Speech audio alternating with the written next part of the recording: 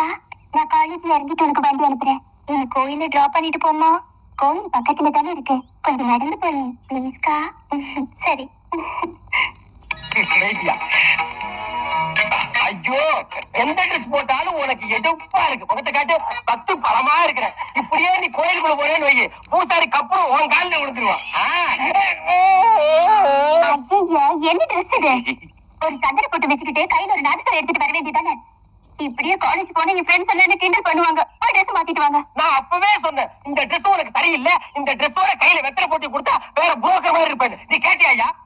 இந்த பொண்ணோட இந்த ட்ரெஸ்ல காலேஜ் போயிருங்க, பாக்குற 10 பையன் என்ன நினைப்பா? இல்ல படிக்கிற பொண்ணு நினைப்பானா? இல்ல வேற வேற மனசாட்சி தொட்டு சொல்லு, சத்தியத்தை கட்டுப்படுத்து சொல்லு. இந்த ட்ரெஸ் உனக்கு எந்த நாயா குடிச்சு? நீங்க வேண்டா, ஆள் மாறி போச்சே, போப்பா.